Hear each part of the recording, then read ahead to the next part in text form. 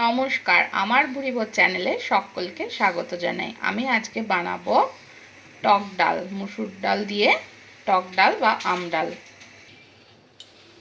আমি এখানে 1 কাপ মুসুর ডাল নিয়েছি।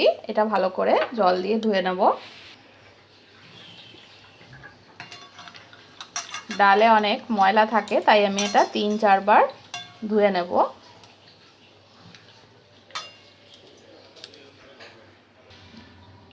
ডালটা ভালো করে ধুয়ে নিচ্ছি। এবার জল দিয়ে দেব।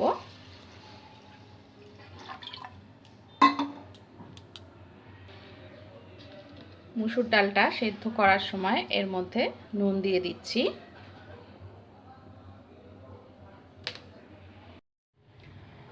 ডালটার সেদ্ধ করার সময় উপরে যে ফেনাগুলো উঠেছে এটা হাতা দিয়ে ফেলে দেব। পাশে একটা শুকনো তাওয়ায় আমি একটু জিরে, মৌরি আর একটা শুকনো লঙ্কা হালকা করে ভেজে গুঁড়ো করে নেব। জিরে, মৌরি আর শুকনো লঙ্কাটাকে তাওয়ায় ভেজে নিয়েছি। এবার এটা গুঁড়ো করে নেব। ডালটা যখন প্রায় সেদ্ধ হয়ে আসবে এই অবস্থায় আমি এবার আমগুলো দিয়ে দেব।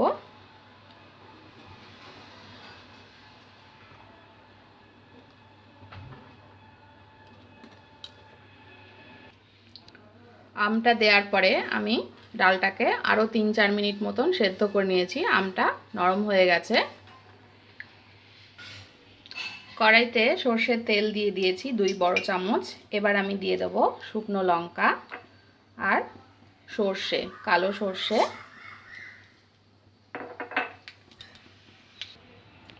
ফোড়নটাকে আমি কালো করে ভেজে নিয়েছি।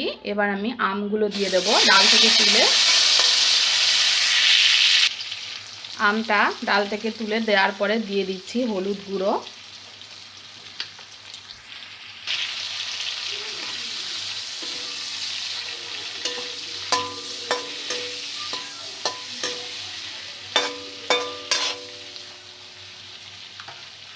এবার আমি সেদ্ধ করা মুসুর ডালটা দিয়ে দিচ্ছি।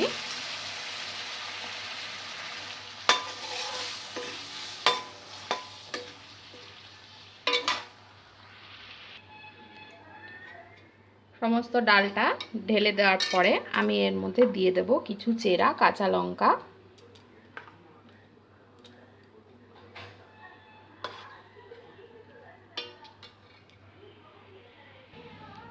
ডালটা ফুটে উঠলে আমি এর মধ্যে দিয়ে দেব চিনি।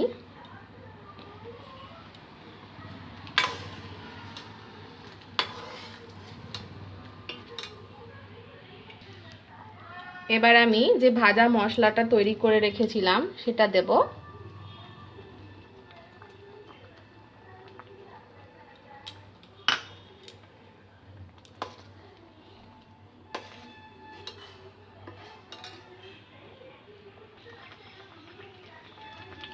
ভাজা মশলাটা দেওয়ার পরে আর বেশিক্ষণ ফোটাবো না, গ্যাসটা অফ করে দেব। এই ডালটা আপনারা গরম ভাতের সঙ্গে খেতে পারেন, আলু ভাজা, আলু সেদ্ধ দিয়ে বা যে কোনো ভাজা দিয়ে এই ডালটা খেতে কিন্তু খুবই ভালো লাগে। বিশেষ করে গরমকালে এই ডালটা আমরা খেয়ে থাকি। আম ডালের এই রেসিপিটা ভালো লাগলে আমার চ্যানেলটাকে সাবস্ক্রাইব করতে ভুলবেন না।